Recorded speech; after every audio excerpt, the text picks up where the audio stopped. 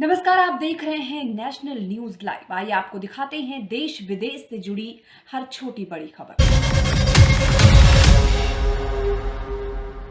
लोकसभा चुनाव 2024 से पहले आरएलडी अध्यक्ष जयंत चौधरी ने एनडीए में जाने का ऐलान कर दिया है।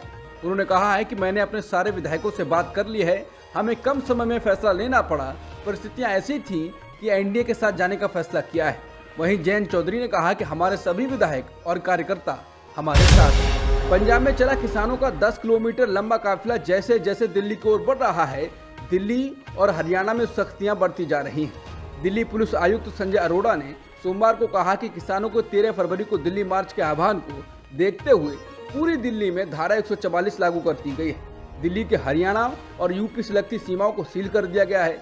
दिल्ली पुलिस के आदेश के मुताबिक किसानों के मार्च से पहले सभा, रैलियों और जुलूसों पर रोक लगा दी गई है। ट्रैक्टरों और ट्रॉलियों, विस्फोटक पदार्थों के प्रवेश पर प्रतिबंध लगा दिया गया है। उत्तेजक बयानों और कार्यों पर रोक लगा दी गई है और लाउड स्पीकर पर रोक लगा दी है। किसान संगठनों की अगुवाई में हजारों किसानों ने 13 फरवरी को दिल्ली आने का ऐलान किया है। दिल्ली कूच कर रहे किसानों की मांग है कि सरकार न्यूनतम समर्थन मूल्य यानी एमएसपी की गारंटी का वादा पूरा करे और किसान आंदोलन के समय किसानों के खिलाफ जो मुकदमे किए गए थे वो वापस लिए जाएं। किसानों की मांग है कि लखीमपुर खीरी की घटना में मारे गए लोगों के परिवारों को नौकरी और घायलों को 10-10 लाख रुपए दिए जाएं। संयुक्त किसान मोर्चा ने 16 फरवरी को एक दिन का ग्रामीण भारत बंद करने का आह्वान किया है। पंजाब और हरियाणा समेत कई राज्यों में किसान आंदोलन की तैयारी में लगे हैं। घर घर जाकर राशन इकट्ठा किया जा रहा है, ट्रैक्टर ट्रॉलियां तैयार की जा रही हैं। ऐसा लग रहा है कि अगर सरकार और किसानों के बीच 12 फरवरी को होने वाली बातचीत नाकाम रहती है तो 13 फरवरी को बड़ी तादाद में दिल्ली की ओर कूच कर सकते हैं। ऐसी तस्वीर आ रही है जिनमें दिख रहा है कि हरियाणा दिल्ली सीमा पर भी सीमेंट की बैरिकेडिंग और कटीली तारें लगाकर सील किया जा रहा है। बीजेपी नेता सुब्रमण्यम स्वामी ने किसानों को लेकर पीएम मोदी को घेरा है। उन्होंने कहा है कि मोदी जानबूझकर दूसरी बार पंजाब के किसानों के संशोधित प्रस्ताव को स्वीकार करने से इनकार क्यों कर रहे हैं। अगर सिख किसानों को उनका हक नहीं दिया गया तो मोदी लंबे समय तक खुश रहने की उम्मीद नहीं कर सकते। उन्होंने कहा कि मैंने किसानों की मांग का अध्ययन किया है और एक अर्थशास्त्री के रूप में मैं इसे भारत के लिए अच्छा मानता हूँ। संयुक्त किसान मोर्चा राजनीतिक के नेता जगजीत सिंह डल्लेवाल ने कहा है कि हमने अपनी मांगे मनवाने के लिए दिल्ली चलो का नारा नहीं दिया है। हम सरकार से सिर्फ यही मांग कर रहे हैं कि 2 साल किसानों को आंदोलन वापस लेने की अपील करते हुए सरकार ने जो वादे किए थे उन्हें वो पूरा करें। डल्लेवाल ने कहा कि सरकार ने उस समय न्यूनतम समर्थन मूल्य को गारंटी का वादा किया था। इसके साथ ही उसने कहा था कि किसान आंदोलन के समय किसानों के खिलाफ जो मुकदमे किए गए थे वो वापस लिए जाएंगे। साथ ही लखीमपुर खीरी की घटना में मारे गए लोगों को परिवारों को नौकरी और घायलों को 10-10 लाख रुपए देने का वादा किया गया था। पंजाब से चला किसानों का 10 किलोमीटर लंबा काफिला जैसे जैसे दिल्ली की ओर बढ़ रहा है, हरियाणा में सख्तियां बढ़ती जा रही हैं। हरियाणा सरकार ने 2 प्रमुख स्टेडियमों को अस्थायी जेलों में बदल दिया है।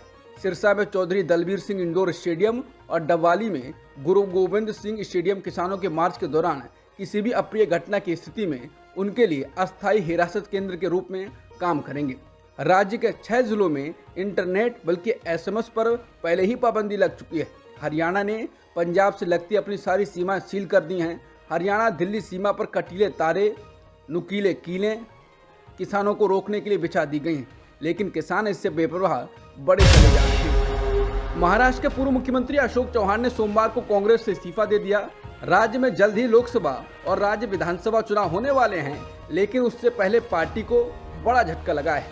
चर्चा है कि अशोक चौहान भारतीय जनता पार्टी में शामिल हो सकते हैं। अशोक चौहान द्वारा पार्टी छोड़ने और बीजेपी की ओर जाने की चर्चाओं के बीच कांग्रेस ने हमला बोला है। कांग्रेस ने कहा कि विश्वासघातियों को यह एहसास नहीं है कि उनके जाने से उन लोगों के लिए बड़े पैमाने पर नए अवसर खुलते हैं जिनके विकास को उन्होंने हमेशा अवरुद्ध किया है। कांग्रेस महासचिव जयराम रमेश ने चौहान का नाम लिए बिना कहा, जब दोस्त और सहकर्मी उस राजनीतिक पार्टी को छोड़ देते हैं जिसने उन्हें बहुत कुछ दिया है, शायद उससे भी अधिक जितना वो हकदार थे, तो ये हमेशा पीड़ा का विषय होता है। रमेश ने कहा, इन विश्वासघातियों को यह एहसास नहीं है कि उनके बाहर निकलने से उन लोगों के लिए बड़े पैमाने पर नए अवसर खुलेंगे जिनके विकास को उन्होंने हमेशा अवरुद्ध किया है। कांग्रेस नेता संजय निरुपम ने ट्वीट कर कहा है कि अशोक चौहान यकीनन पार्टी के लिए एसेट थे, कोई उन्हें लायबिलिटी कह रहा है कोई ईडी को जिम्मेदार ठहरा रहा है, ये सब जल्दबाजी में दिया हुआ रिएक्शन है। वो बुनियादी तौर पर महाराष्ट्र के एक नेता की कार्यशैली से बहुत परेशान थे। इसकी जानकारी उन्होंने समय समय पर शीर्ष नेतृत्व को दिया था। अगर उनकी शिकायतों को गंभीरता से लिया जाता तो ये नौबत नहीं आती। अशोक चौहान साधन संपन्न हैं, कुशल संगठक हैं, जमीनी पकड़ रखते हैं और सीरियस नेता हैं। भारत जोड़ो यात्रा जब पिछले साल नांदेड़ में 5 दिनों के लिए थी, तब समस्त नेतृत्व ने उनकी क्षमता का साक्षात दर्शन किया था। उनका कांग्रेस छोड़ना हमारे लिए बड़ा नुकसान है, इसकी भरपाई कोई नहीं कर पाएगा। उन्हें संभालने की जिम्मेदारी सिर्फ और सिर्फ हमारी है। सोमवार को कांग्रेस छोड़ने वाले को महाराष्ट्र के पूर्व मुख्यमंत्री अशोक चौहान ने कहा है कि उन्होंने सत्तारूढ़ भाजपा में शामिल होने पर अभी तक कोई फैसला नहीं किया है और 1-2 दिनों में अपने अगले राजनीतिक कदम पर कांग्रेस नेता सुप्रिया सुले ने कहा है कि मोदी की गारंटी की बात हो रही है, लेकिन जो 2014 से पहले गारंटी दी गई थी वो जुमले निकले, जैसे सालाना 2 करोड़ रोजगार, 15 लाख सबके खाते में, 100 दिन में काला धन वापस, पेट्रोल डीजल 35 रुपए प्रति लीटर, 2022 तक किसानों की आय दोगुनी, 2022 तक 5 ट्रिलियन इकोनॉमी, 2022 तक सभी के सिर पर छत, 2022 तक 100 स्मार्ट सिटी।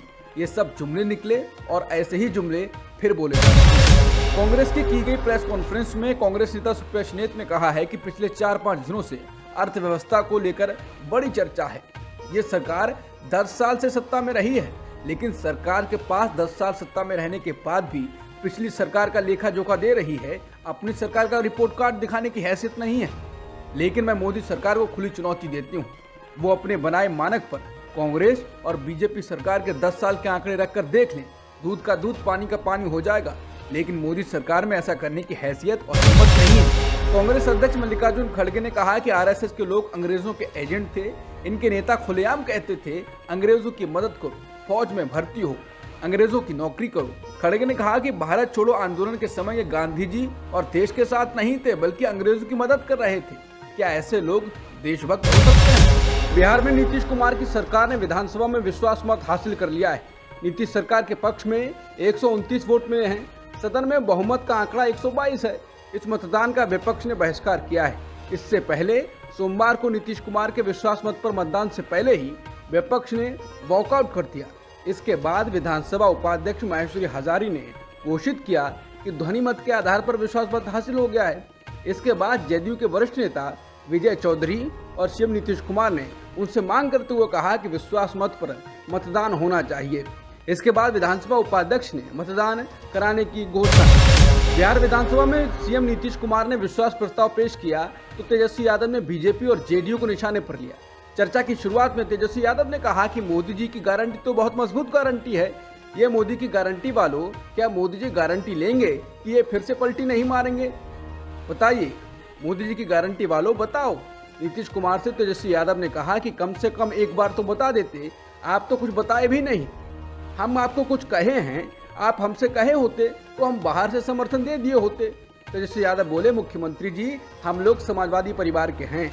आप जो झंडा लेकर चले थे कि देश में मोदी जी को रोकना है, आपका भतीजा झंडा उठाकर बिहार में मोदी जी को रोकेगा। बिहार विधानसभा में बिहार के डिप्टी सीएम सम्राट चौधरी ने कहा कि आपको स्पष्ट तौर पर बताता हूं कि हमारे जो 5 विधायक गायब हुए हैं, एक एक का इलाज करूंगा। मीडिया रिपोर्ट्स में कहा जा रहा है कि बीजेपी और आरजेडी के कुछ विधायकों ने पाला बदला है। बता दें, आरजेडी के कुछ विधायकों ने पाला बदला तो बीजेपी के कुछ विधायक गायब। राहुल गांधी की भारत जोड़ो न्याय यात्रा को उत्तर प्रदेश में छोटा किया जा सकता है। एक रिपोर्ट के अनुसार यूपी में यात्रा में कुछ दिनों की कटौती की जाएगी और इसके मुंबई में करीब 1 सप्ताह पहले खत्म होने की संभावना है। ये यात्रा फिलहाल छत्तीसगढ़ में है। राहुल गांधी ने जनवरी के मध्य में मणिपुर से यात्रा शुरू की है। इस यात्रा को मुंबई तक 6700 किलोमीटर से ज्यादा की दूरी तय करनी है। बस से और पैदल होने वाली 66 दिनों की यात्रा 15 राज्यों की 100 लोकसभा संसदीय क्षेत्र और 337 विधानसभा क्षेत्र से गुजर रही है। यात्रा को इस सप्ताह उत्तर प्रदेश में प्रवेश करना है। यूपी में इस यात्रा को पहले 11 दिन रहना तय था, लेकिन रिपोर्ट है कि अब इसमें बदलाव किया गया है। द इंडियन एक्सप्रेस ने सूत्रों के हवाले से खबर दी है कि यात्रा अब पश्चिमी यूपी के अधिकांश जिलों को छोड़ देगी और मध्य प्रदेश में प्रवेश करने से पहले सीधे लखनऊ से अलीगढ़ और फिर पश्चिमी यूपी में आगरा तक यात्रा करेगी। कांग्रेस नेता राहुल गांधी की भारत जोड़ो न्याय यात्रा छत्तीसगढ़ पहुंची है।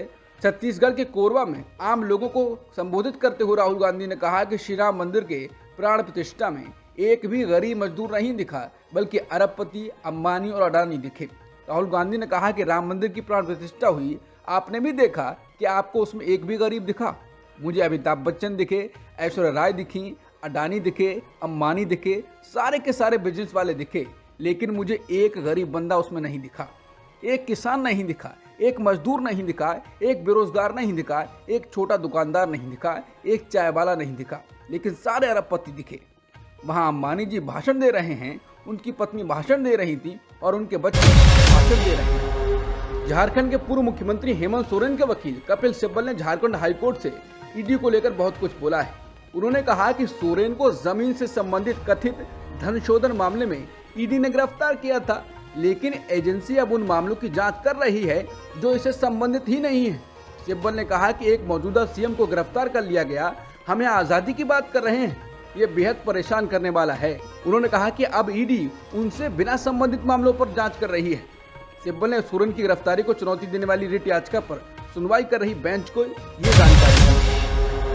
उत्तराखंड के हल्द्वानी में प्रशासन के जरिए एक कथित अवैध मदरसे को गिराए जाने के बाद 8 फरवरी को हुई हिंसा के मामले में 25 और लोगों को गिरफ्तार किया गया है। अब तक इस मामले में कुल 30 गिरफ्तारियां हो चुकी हैं। नैनीताल के वरिष्ठ पुलिस अधीक्षक प्रहलाद मीणा ने कहा कि कुल गिरफ्तार किए गए लोगों की संख्या 30 हो गई है और मुख्य आरोपी अब्दुल मलिक को जल्द ही पकड़ लिया जाएगा।